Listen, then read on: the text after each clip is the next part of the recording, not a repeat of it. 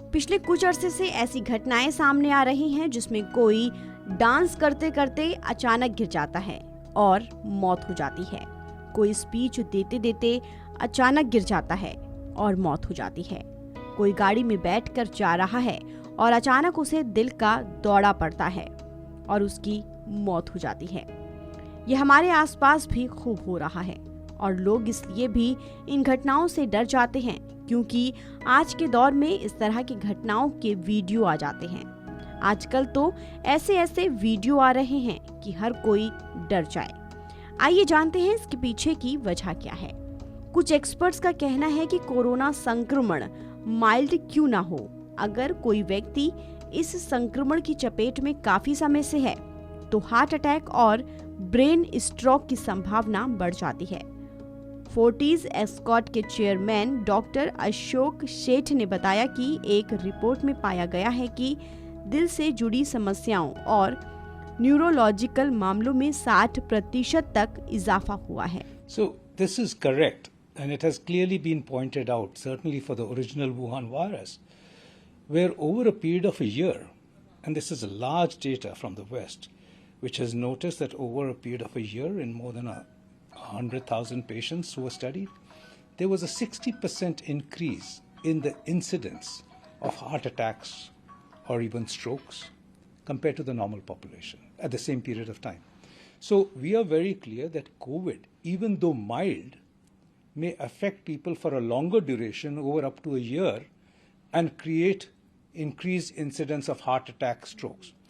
We know that COVID itself in the acute phases causes increased incidence of strokes related to clotting, related to inflammation of the arteries, also increased incidence of clots in the brain causing strokes and clots in the lungs. But we are concerned about the long-term effects also.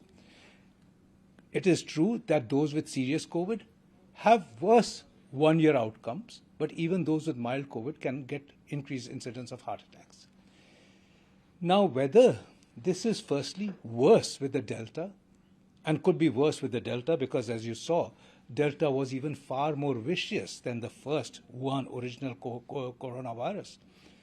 Perhaps Delta could lead to even further increase in heart attacks.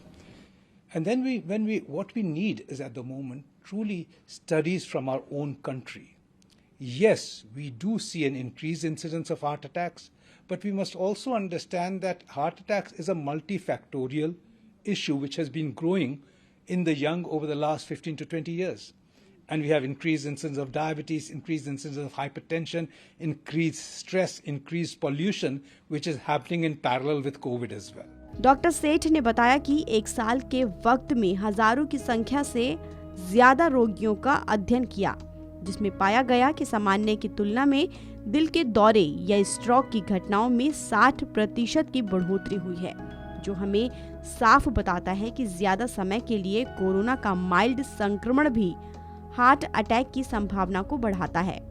Post Covid heart blockage, brain stroke के साथ साथ diabetes, hypertension, stress और blood pressure के मामले भी बढ़े हैं। इसके लिए हमें देश में ही रिसर्च और स्टडी करने की जरूरत है। हम हार्ट अटैक के बढ़ते केस देख रहे हैं। हमें ये भी समझना चाहिए कि हार्ट अटैक के पीछे कई कारण होते हैं जो पिछले 20 साल से युवाओं में बढ़ रहे हैं। डायबिटीज, हाइपरटेंशन, स्ट्रेस, प्रदूषण भी बढ़ रहा है। इसमें कोविड का हाथ है, ये तय करने के लिए हमें अपनी खुद की स्टडी की जरूरत है। फिलहाल इस खबर में इतना ही। देश और दुनिया की तमाम खबरों के लिए आप बने रहिए वन इंडिया हिंदी के साथ।